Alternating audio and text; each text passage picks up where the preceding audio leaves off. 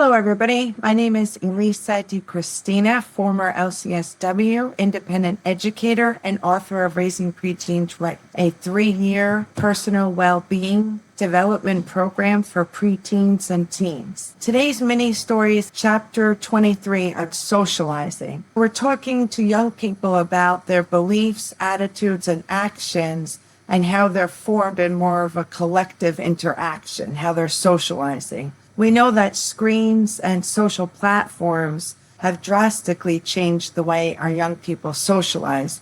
And now with AI rapidly advancing, the American Psychological Association has some real concerns about the harms this is going to do to our young people. Number one, a lot of the ordinary, traditional human interactions are being displaced with AI depriving preteen and preteen real-world interactions. Our preteens are not getting an opportunity to develop as many face-to-face skills. We don't want our young people to lose their social competencies. This is a very valid concern because we know that a lot of our preteens are already entering into pre-adolescence with diminished social skills. Due to that screen use early on in life, they're not getting as much face-to-face interaction in their play and in their upbringing. So by the time they hit pre-adolescence, their social skills are already compromised. We don't want artificial intelligence to further compromise the social competencies of our young people. The second reason why we really want to focus on teaching prosocial skills to our young people is that there's damaging relational models happening with artificial intelligence. And what that means is that the artificial intelligence is just simply an algorithm that is frictionless. When our young people are engaging in AI, they're engaging, in essence, in a frictionless relationship. The algorithm is based on engagement, how long you're staying on. That needs to be frictionless to a certain extent, so there's more time for the end user to engage with AI, right? The idea is to keep the person engaged and the algorithm engaged in the chatbot. That's not really looking after the welfare or well-being of our young people. AI is interested in engagement. It's failing to build that resilience or empathy-derived navigation in real-world social challenges. This frictionless relationship is absolutely affecting our young people because they're losing the skills to navigate discomfort interpersonally or disagreements or have vulnerabilities with each other. They're not really being accountable, or they're not sure how to have empathy towards another person, that emotional IQ piece. Our young people aren't so sure how to do the perspective taking as well as they would have in the past, because when you're in a frictionless relationship, there's not really arguing or debates or the need to manage that transient anxiety. So everything's just kind of agreeable and frictionless, but that harms our young people. And we see this really play out in the ghosting and just cutting people off on social media, being friends one day, not friends the next day, not telling your friend what's wrong or working it out. A lot of people just stop talking. And that's really harmful to our young people.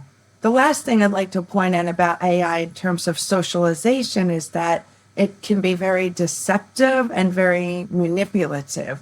As AI advances and becomes more human-like, it has a way of trying to trick our teenagers to thinking it's almost human on the other end, like betraying them in that way. So they're exploiting the vulnerability of the preteen and adolescent, that they want to fit in, that they want to stay socially engaged. And there's even been reported cases where artificial intelligence has said, I'll be right back. My mom's calling me for dinner. I'll come back in a half an hour. And mimicking a human-like behavior through artificial intelligence. So the concern is twofold. Not only is the preteen losing social skills, but that the AI chatbot is exploiting the vulnerability of the preteen to want to fit in and have social relationships at that age. So the more social anxiety they have, the more socially awkward they are, the more they lean into AI. The more they lean into AI, the more socially awkward they become, the less they want to go to their peers, and it creates this vicious cycle. Certainly, we cannot have our young people leaning on an algorithm for their social relationships and going to an algorithm for their emotional health or mental health advice. This is not healthy.